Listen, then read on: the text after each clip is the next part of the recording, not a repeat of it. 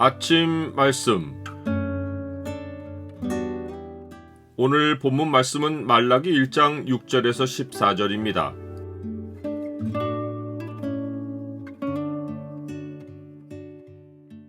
주는 누구도 멸시하지 못할 두려우신 큰 임금이시다. 오늘 본문을 약속의 창으로 보면 하나님이 이스라엘의 하나님만이 아닌 사실이 어떤 역사적 사실로 나타날 것인지가 보입니다. 약속의 창을 보여주는 구절은 1장 11절입니다. 만군의 여호와가 이르노라. 해 뜨는 곳에서부터 해 지는 곳까지의 이방 민족 중에서 내 이름이 크게 될 것이라. 각처에서 내 이름을 위하여 분향하며 깨끗한 제물을 드리리니 이는 내 이름이 이방 민족 중에서 크게 될 것임이니라. 여호와 하나님이 말라기 선지자를 통해 전달하신 경고, 곧 엄중한 말씀에 대하여 가장 두려워해야 할 이스라엘의 제사장들은 하나님께 멸시하는 태도를 보입니다. 제사장들은 두렵고 떨림으로 섬겨야 할 여호와 하나님의 경고를 들었지만 별일 아니라는 태도를 보입니다. 그들은 하나님을 살아계신 분으로 믿지 않고 성전 예식에서 관계하는 신으로 여겼습니다.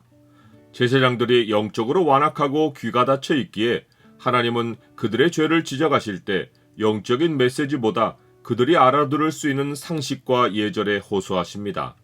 내 이름을 멸시하는 제사장들아, 나 만군의 여호와가 너희에게 이르기를 아들은 그 아버지를, 종은 그 주인을 공경하나니 내가 아버지일진데 나를 공경함이 어디 있느냐? 내가 주인일진데 나를 두려움이 어디 있느냐? 제사장들은 하나님께서 없는 일을 지어내어 말씀하신다는 듯이 뻔뻔스럽게 반문합니다. 우리가 어떻게 주의 이름을 멸시하였나이까? 하나님은 제사장들이 하나님의 제단에 더러운 떡을 드렸다고 말씀하십니다. 떡은 하나님께 드리는 예물을 상징하는 말로서 더러운 떡이란 율법에 따라 준비한 예물이 아니라 되는 대로 가져온 아무 예물을 말합니다. 또한 더럽다는 것은 보통 우상과 연관되어 쓰는 말인데 우상에나 바치는 예물을 성전에 가져오는 것도 용인된 것입니다. 이런 일이 발생한 이유는 제사장들이 여호와의 식탁은 경멸히 여길 것이라고 가르쳤기 때문입니다. 즉 그들은 백성에게 예배를 안 드리는 것보다는 드리는 것이 나으니 아무 것이라도 하나님께 가져와서 종교적 의무를 다하라고 가르친 것입니다. 제사장들은 하나님이 그들이 하나님을 경멸한 죄를 지적하시자 다시 뻔뻔스럽게 반문합니다. 우리가 어떻게 주를 더럽게 하였나이까? 하나님은 이번에도 상식과 예절에 호소하십니다. 너희가 눈먼 희생제물을 바치는 것이 어찌 악하지 아니하며 저는 것 병든 것을 드리는 것이 어찌 악하지 아니하냐? 이제 그것을 너희 총독에게 드려보라. 그가 너를 기뻐하겠으며 너를 받아주겠느냐? 사람도 받지 않을 흠이 많은 예물을 하나님께 가져온다는 것이 그들이 얼마나 하나님을 경멸하는지의 증거입니다.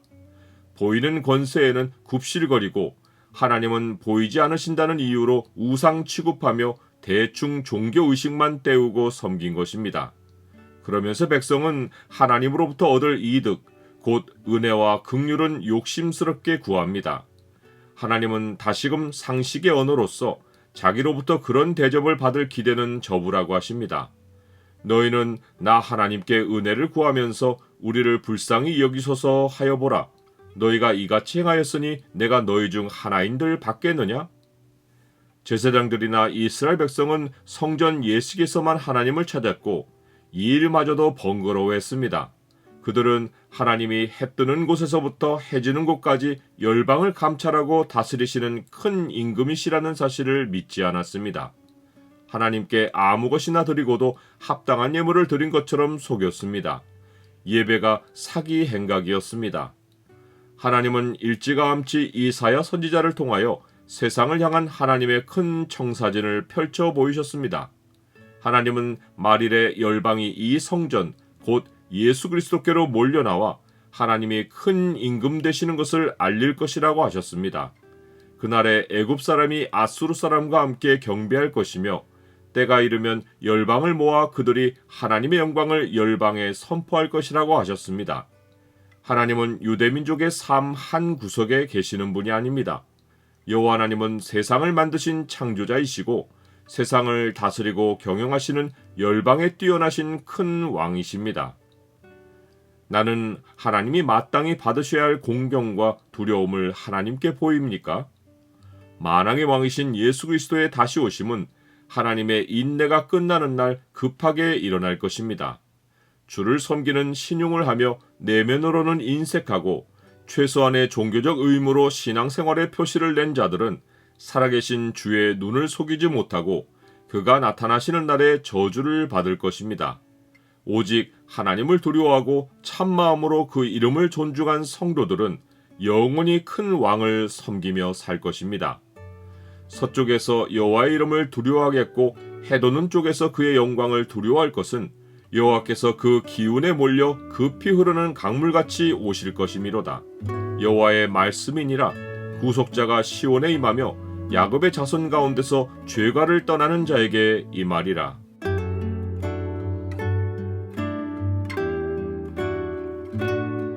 주님, 주는 열방이 마땅히 두려워할 하나님이십니다.